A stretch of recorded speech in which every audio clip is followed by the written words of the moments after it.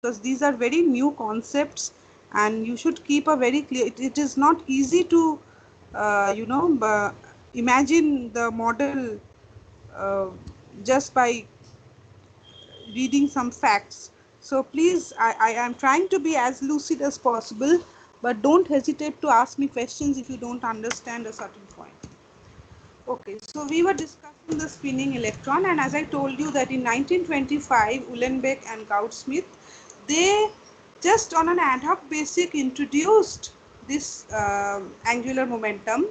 They said they saw that the spectral lines had they were multiplet instead of singlets, and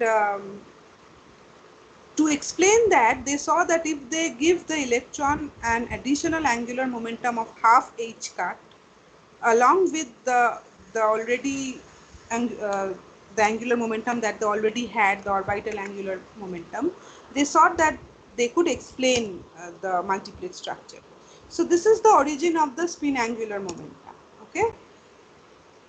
So orbital electron revolves not only around the nucleus but also about its own axis. So this is another similarity, if you may call it, with the solar system model, that just like planets rotate and move around the sun in their own orbit, similarly electrons not only move around the nucleus in their orbits but also spin around in their about their own axis. Now an electron therefore has orbital motion and spin motion. Okay. This spin motion results in a rotating charged body, which means that this will generate a circuital current. If a charged body is moving, then immediately that will result in a circuital current. Okay. And the moment there is current, there is magnetic moment. So this is the basic of magnetostatics that you all know. If there is a moving charge, there will be current. If there is current, there will be magnetic moment. All right. So the spin motion from orbital motion, since the charge was moving, we already had a current and a related magnetic moment. But the spin motion gives us an additional magnetic moment. Okay. So this additional angular momentum will also be controlled by a unique quantum number S, which is called the spin quantum number. So orbital motion is controlled by the orbital angular momentum quantum number L, which you got introduced to in the hydrogen atom problem. Now when we give the when we introduce the spin angular momentum of the electron, that will also be controlled by another quantum number, which is called the spin quantum number. Now for a single electron, S is always equal to half in the unit of angular momentum. Now therefore in the new model of the atom, we have orbital angular momentum,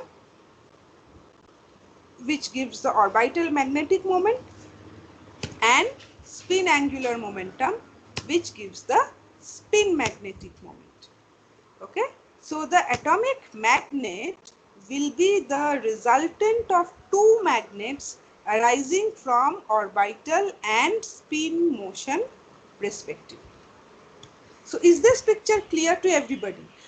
Just the summary. So what is the summary? So these last few lines give us a summary of the vector atom model.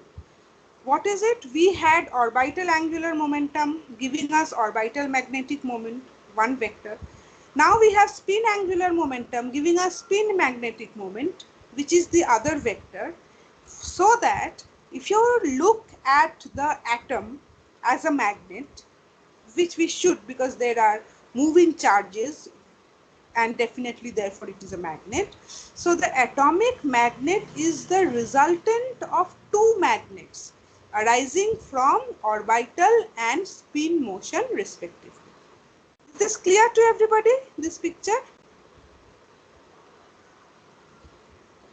Is this Yes, ma'am. picture clear? Okay. So now we know how to look at the atom. Okay. So now we will one by one see how these magnetic moments are related to each other and what quantum numbers they generate. So we know that when the electron is moving in the orbit, there is the orbital angular momentum, which is given by r cross p, right? So L, the orbital angular momentum, is equal to r cross p, which is r cross mv. And if you use the old quantum theory, then from Bohr's quantization condition, the magnitude of the angular momentum vector is quantized as L h cut, small l, where l is the orbital angular momentum quantum number, right? Now, considering a circular orbit, we know that the magnitude of L would be mvr. If we just for simplicity consider that the electron is moving in not an elliptic but a circular orbit of radius r, then the magnitude of this orbital angular momentum is mvr or mr omega, r square omega. Phi is equal to r omega.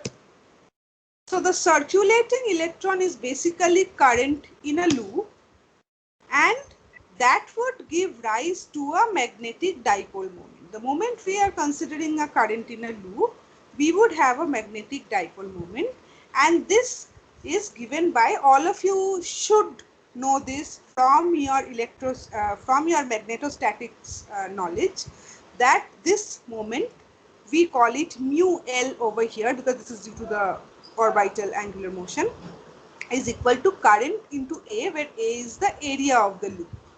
Okay, please recall your magnetostatics. So I is the current strength and A is the area of the enclosed loop, area enclosed by the loop. Now what is current? Current is charge into velocity. So charge into frequency. So charge into omega by 2 pi, and area is pi r square, right? So mu L is equal to Ia is equal to E into omega by 2 pi into pi r square, equal to half E omega r square. All this you will be also doing when you separately do the vector atom model in, I don't know whose class, but this is not a part of what I should do in my module, but I cannot proceed if I don't ensure that you know this. So the ratio, because we need terms that are coming from these calculations, which we will require in analyzing Zeeman effect. So the ratio of magnetic moment to angular momentum. This is the magnetic moment mu L, and we already have the angular momentum. So the ratio of these two, mu L by L, is E omega r square by 2 divided by m omega r square, equal to E by 2m. As you can see that this is a universal constant. E is the charge of the electron, m is the mass of the electron, both are constants. So for an atomic electron, the ratio of its magnetic moment to its orbital angular momentum is a constant given by E by 2m, and this is called the gyromagnetic ratio G, or gyromagnetic ratio. Some pronounce it gyro, some pronounce it gyro. You just have to remember that it is denoted by the small letter G, and it is the ratio of the magnetic moment that is arising due to the moving electron in the orbit, moving charge giving rise to a current in a loop, giving rise to a magnetic moment, and the value of that magnetic moment divided by the value of the mechanical angular momentum is E by 2m, which is a very, very important parameter in atomic physics, known as the gyromagnetic ratio. Okay. However, L, which we have written as LH cut, so mu L, which is, so now we can write mu L as E by 2m into capital L. So E by 2m into small l into h by 2 pi. So it comes out to be L into EH by 4 pi m, which we write as L into mu B. See, this number here, small l into this expression, EH by 4 pi m, which we write as mu B. These are all constants. E is a constant, H is a constant, 4 pi constant, M is a constant. So basically here when we write the magnetic moment as half E omega r square, omega and r are not universal constants. However, once we get the expression of the gyromagnetic ratio, we can write mu L in terms of capital L, and that relation gives us this expression of mu L. Okay, this mu B, this term mu B, which is EH by 4 pi m, is called the Bohr magneton. Another term very, very important in atomic physics. So when you further move deeper into atomic physics, these are the terms which will be expected for you to know. Okay, so when you go further into atomic physics, when someone tells you, okay, so the gyromagnetic ratio is this, so the Bohr magneton is this, it will be expected that you know what these stand for. These should not sound new to you. Okay, these are terms related, inherently related to atomic physics, and you should know this. So what is gyromagnetic ratio? Ratio of orbital ratio of magnetic moment to orbital angular momentum. What is Bohr magneton? Bohr magneton is basically, we know that orbital magnetic moment is equal to L mu B, where mu B is Bohr magneton, given by it's basically a constant EH by 4 pi m. Okay, if you put the values of EH, 4 pi and m, then the value of Bohr magneton comes out to be this: 9.2741 into 10 to the power minus 24 joule per Tesla. This is the universal constant and is the basic unit of atomic magnetic moments. So atomic magnetic moments are measured or expressed in terms of the Bohr magneton. Okay, is it clear now? So if someone tells you that, if there is a problem where it is written that this atom has a magnetic moment of so and so Bohr magneton, you have to keep in mind that this is what they are talking about. Is it clear to everybody? Do you want me to repeat any part in this slide? Just look through and tell me.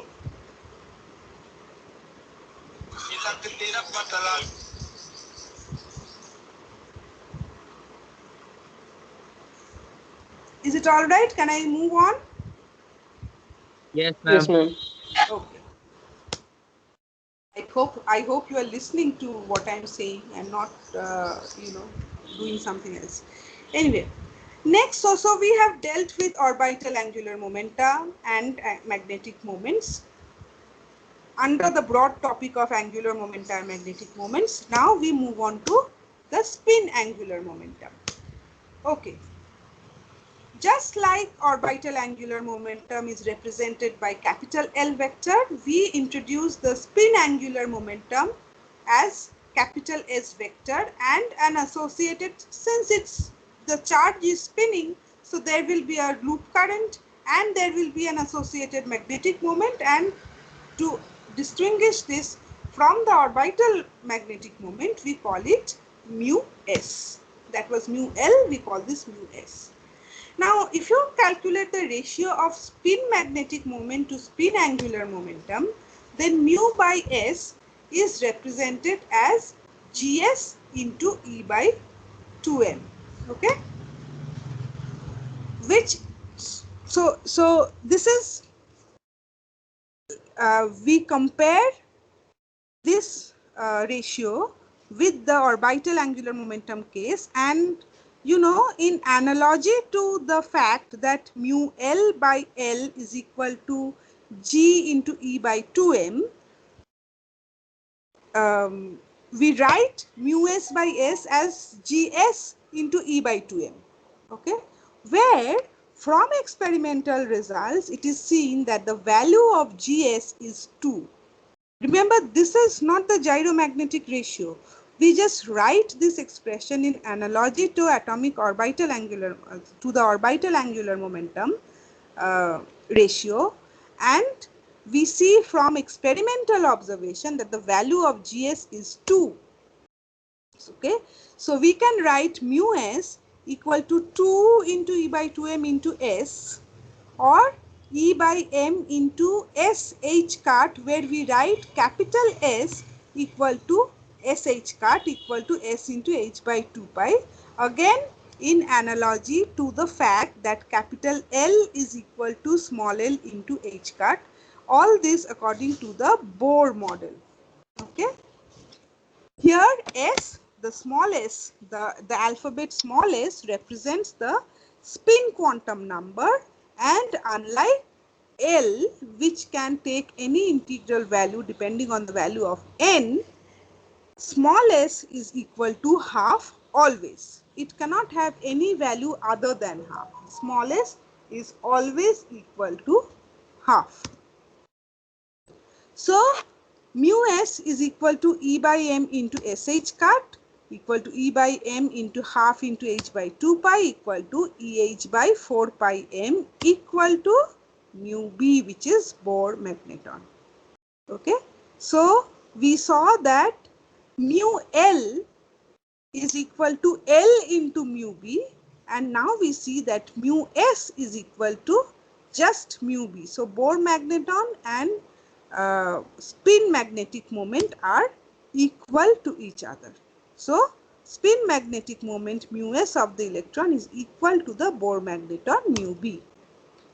Hence, the spin magnetic moment is termed the intrinsic magnetic moment. So when someone tells you the intrinsic magnetic moment of the electron is so and so, you have to understand that he or she is saying, he or she is talking about the spin magnetic moment. Okay, and we have to remember that although this was totally introduced on an ad hoc basis to make an agreement with experimental result, but when Dirac equation is solved using Dirac's electron theory, including the relativistic motion of electron, the spin appears naturally. We do not have to introduce it separately. When we are in the realm of quantum theory, using Bohr's theory, then we have to separately introduce the spin angular momentum to explain experimental observation. But when the more relevant theory, that is Dirac's electron theory, which includes relativistic motion too, when that is solved, we don't have to separately introduce spin. It comes as a natural consequence of the solution. Just as L comes as a natural consequence of the solution of hydrogen atom or Bohr model, S comes as a natural consequence of the solution in the Dirac theory, which is of course not in our course, but you must know this. Okay, so we saw what are the consequences of the spin angular momentum. We get L, we get small l, we get mu L, and we get the ratio of mu L and capital L, which is equal to E by 2m, and we get the value of the gyromagnetic ratio. And again, for spin we get S, we get small s, and we see that GS for the spin is 2, and we also see that mu s, the magnetic moment for spin, is equal to mu b, the Bohr magneton.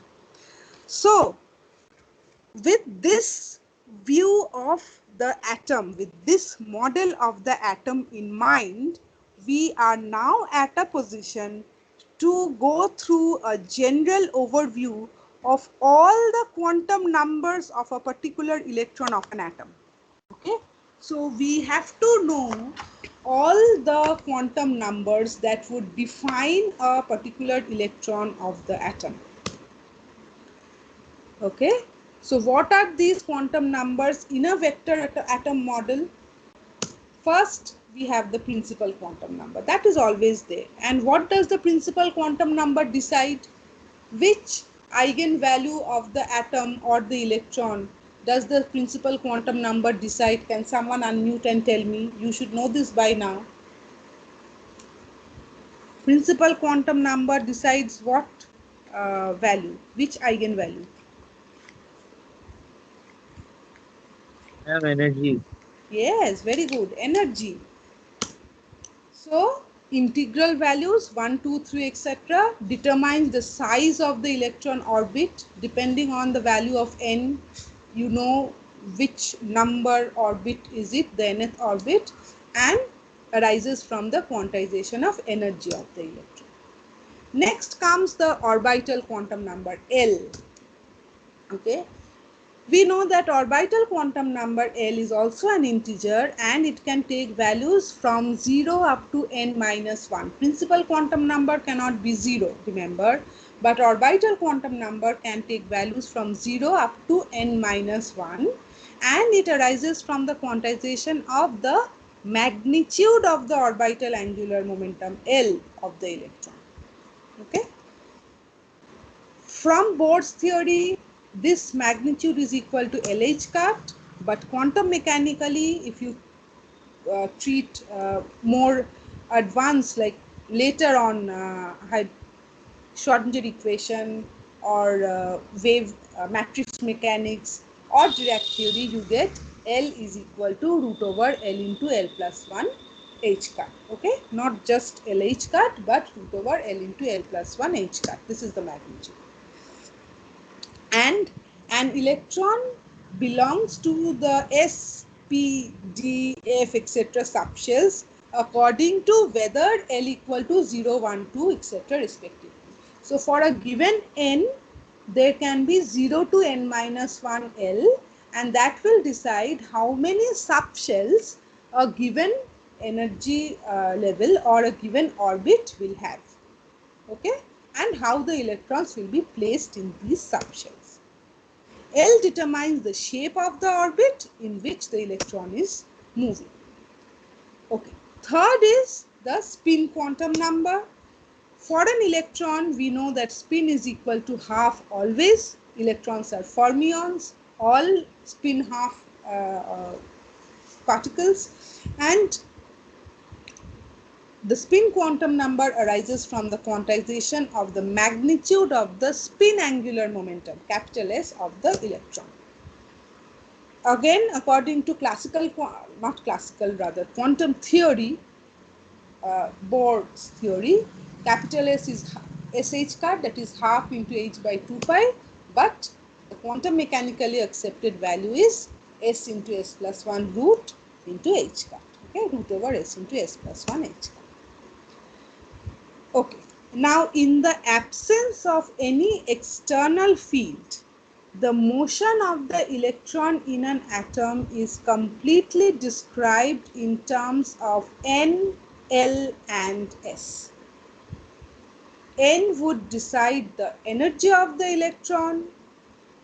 An electron with that energy can exist in any one of the L levels of that given particular energy level N, and it can have a spin which will be decided by the spin quantum number. So the triplet N, L and S will completely describe a moving electron in an atom, provided there is no external magnetic field. But the quantum numbers do not end here. These, sorry. Just a second.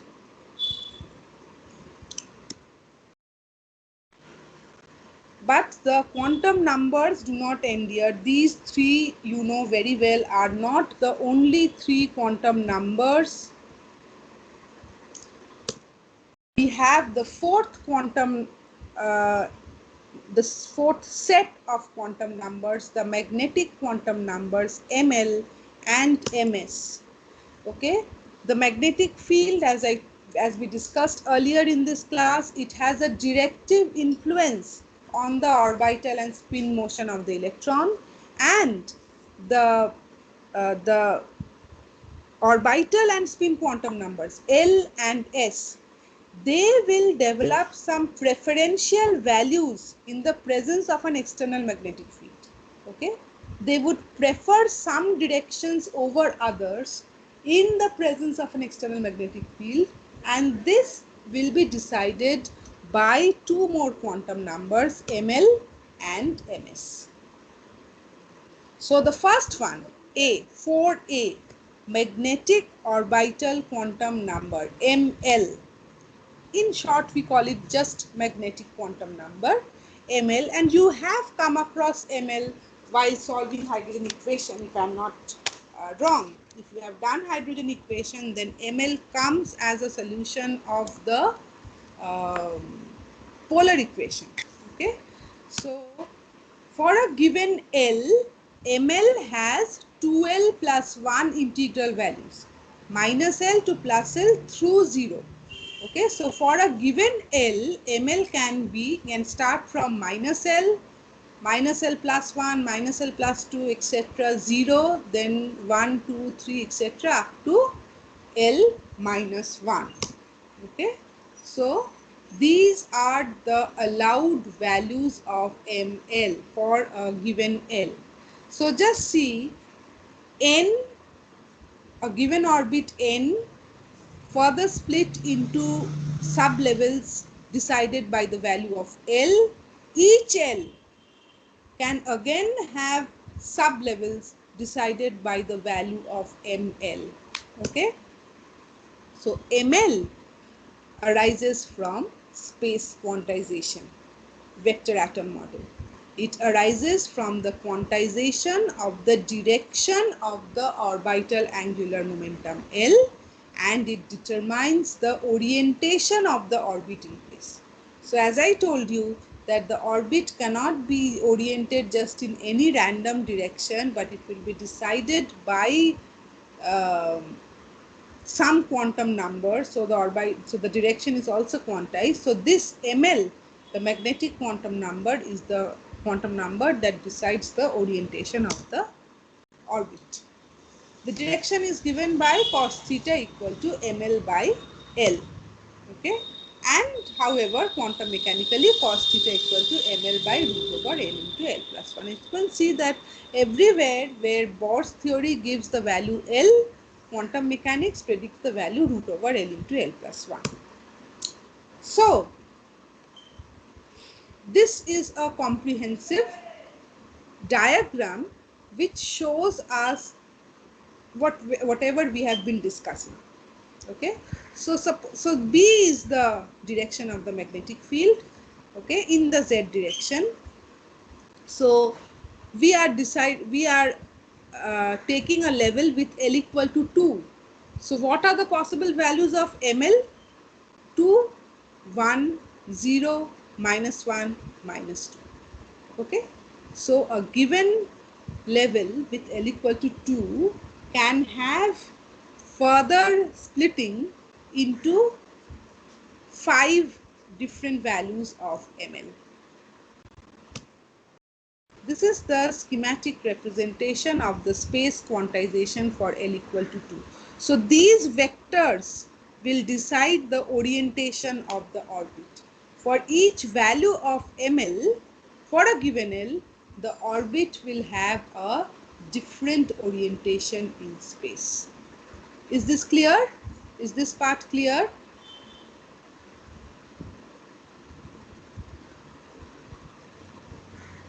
Yes? Yes, ma'am. Okay. And B, the next magnetic quantum number is the magnetic spin quantum number, which in short we just say the spin quantum number MS. So MS is equal to plus or minus half only, no other value. It does not depend on N or the value of N or L. For any orbit, it will have only the value plus half or minus half. And we know that it arises from the orientation of the spin angular momentum, and it determines the orientation of the spin. What is the orientation of the spin? It can either be up or down. So spin can be either up or down. So suppose this is the direction of the magnetic field, then either ms is plus half for the electron or ms is minus half for the electron. Okay. So now that we have the four quantum numbers and the number 4 giving us the magnetic moment quantum numbers ml and ms, we are now at a position to discuss the total angular momentum quantum number. If there are two magnetic moments, then they are vector quantities, then there must be a resultant. So that resultant is the total angular momentum quantum number, J, denoted by J. Okay. Basically, it is the vector sum or the algebraic sum of the quantum numbers L and S. As you can see that L and S, although they are quantum numbers, but they decide directions and therefore they can be treated as vectors. So J is the algebraic or vector sum of the numbers L and S. So J is equal to L plus minus S, which means since S can be values only plus or minus half, therefore J is equal to L plus or minus half. So the total angular momentum of an electron has a magnitude mod J equal to small j h cut. Again, quantum mechanically this will be root over J into J plus 1 h cut. J is sometimes called the inner quantum number of an atom. Inner quantum number. Okay. Now, suppose that the electron moves around the orbit. Just a second. Just a second. I'll drink some water.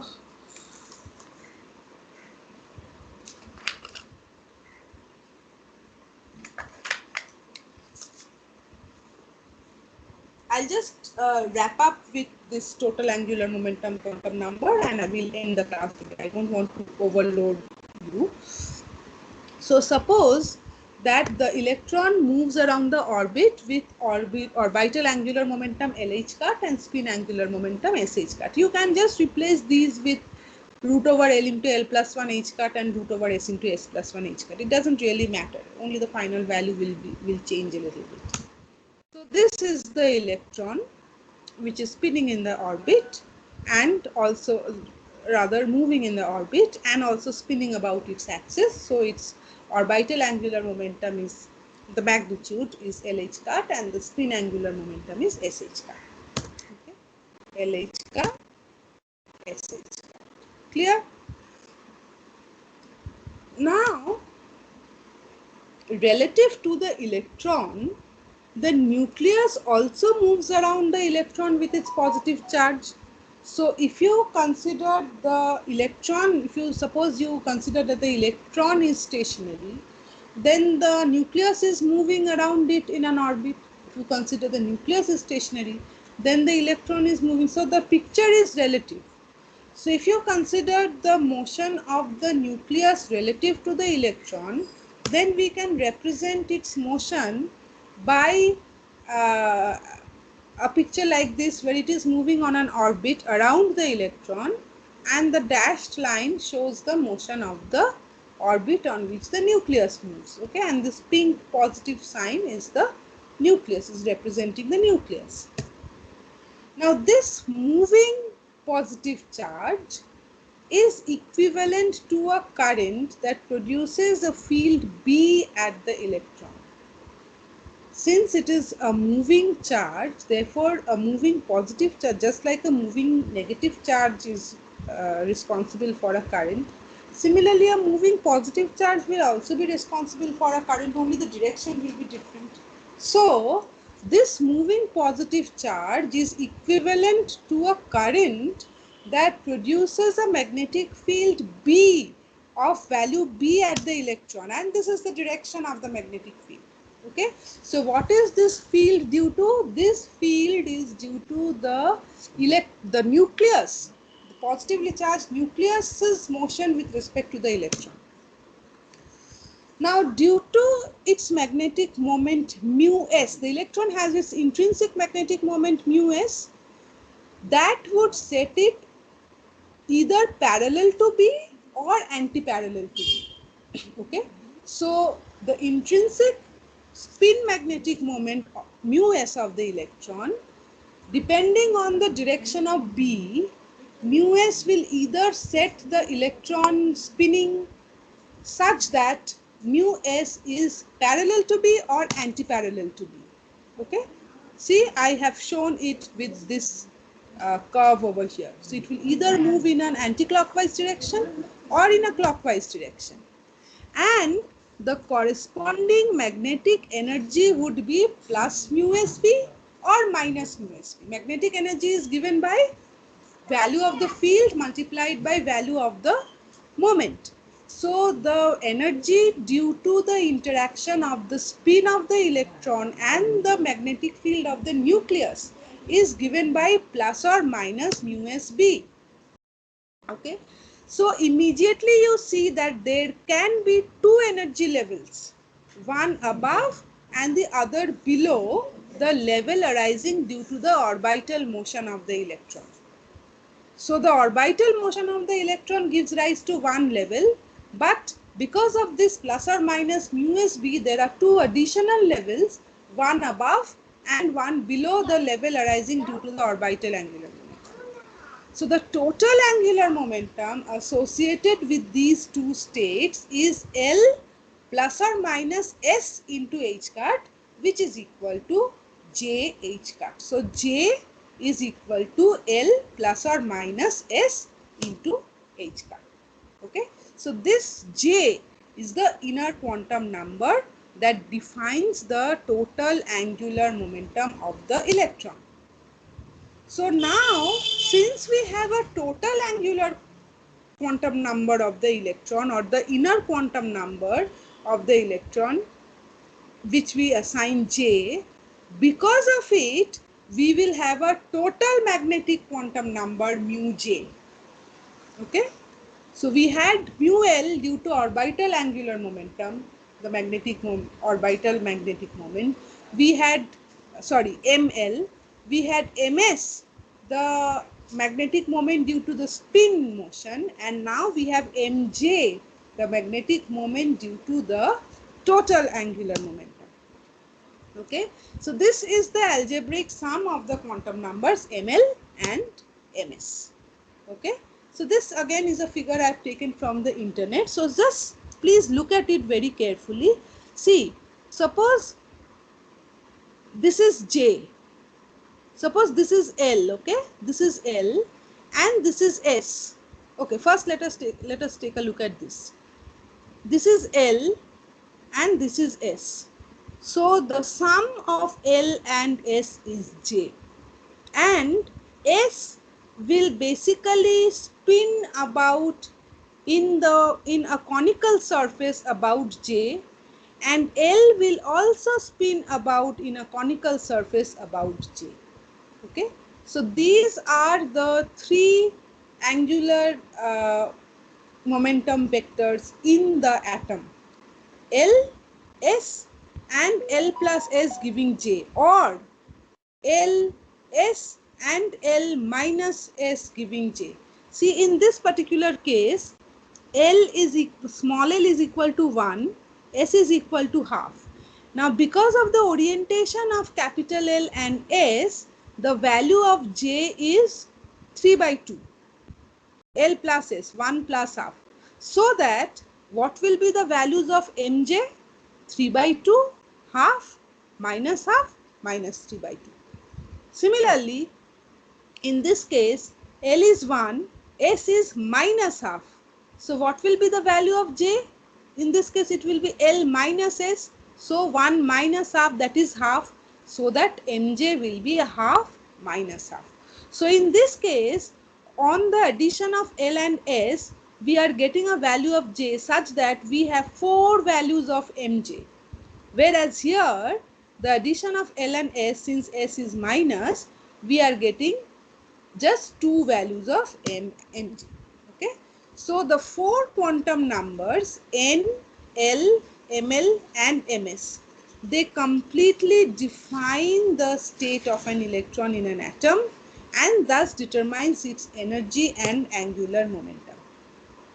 During transitions from a higher to a lower state, some or all of these quantum numbers will change. So basically we have to consider all the 6 quantum numbers n, l, s, ml, ms, j, mj. All these together. Now we need not talk about j and mj separately, because if you talk about l, ml and s, ms, s is always plus or minus half.